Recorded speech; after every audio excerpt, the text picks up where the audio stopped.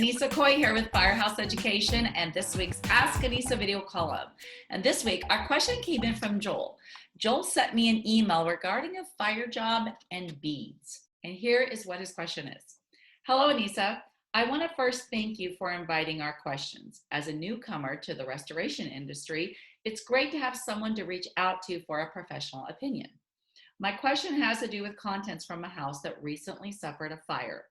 The homeowner designated a room in the house to crafting her jewelry. Unfortunately, smoke billowed into this room through the HVAC system. There are thousands of beads, shells, and other materials used to make jewelry on top of the hundreds of pieces of jewelry already made. What would be the most efficient way to handle this particular situation?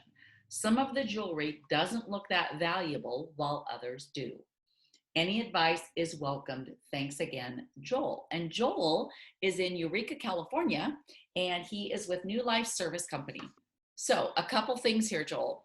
Beads and jewelry makings can definitely be very expensive, honestly. And the fact that you said she has thousands of pieces right there could really mean a large dollar amount that we're talking about. Maybe not one individual item is a large dollar amount or very expensive, but when you have thousands of them, even if they're only $5 a piece, you start to add up to some real big dollars that we're talking, all right?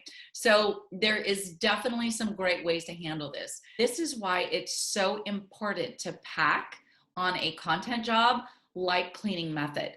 So most of the items in this room are going to be able to be what we call dipped in an ultrasonic machine, which is really the most efficient, best way to clean all of these little pieces. Now, some of the items are not going to be able to be dipped depending on what they're made of. So be sure that when you're packing in this room, pack items that can be ultrasonically cleaned in the same box. So if you don't own an ultrasonic machine, that is definitely something that you're going to want to look into getting. Doing contents, fire damage contents, it really is an absolute key piece of equipment that you need to be able to process things efficiently. Because again, these beads, to do thousands of little pieces like this, it's really easy, quick, and efficient to do in an ultrasonic machine. Obviously, cleaning them by hand would just be a nightmare and would not be efficient at all.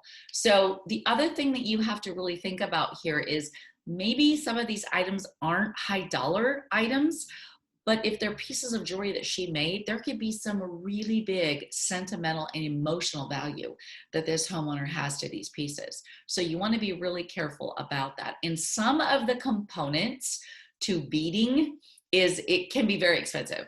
But the other thing I want to talk to you about, Joel, is the inventory that you're going to need to do in this room. Now, I hope you have a great program, maybe like Encircle that you're using to photo inventory this room. You are going to want to have some detail here and make sure that you've covered your bases that way, not only for your liability purposes, but for the reassurance of your homeowner, and so that she knows this room that I'm gonna guess is pretty special to her. If she has an entire room in her home set aside for her beading activity and jewelry making, this is probably something very important to her and special.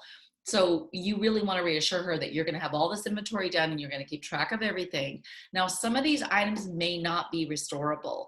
And so then again, you're going to want to have a good program that you can log these non-salvage or non-recoverable items so that hopefully her insurance policy will cover those and replace those for her. Okay. So again, detailed inventory, be sure and pack a room like this. Is very important to pack it like cleaning method.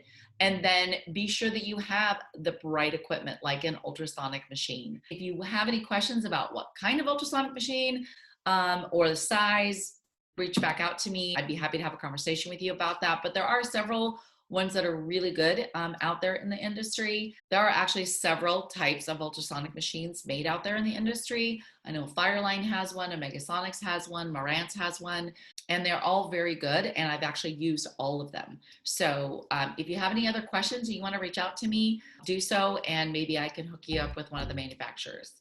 All right. Well, I hope that answered your question. Thank you so much for sending me the email. Be sure you send those questions to Anissa@firehouseeducation.com, and I just might feature you on next week's Ask Anissa video column.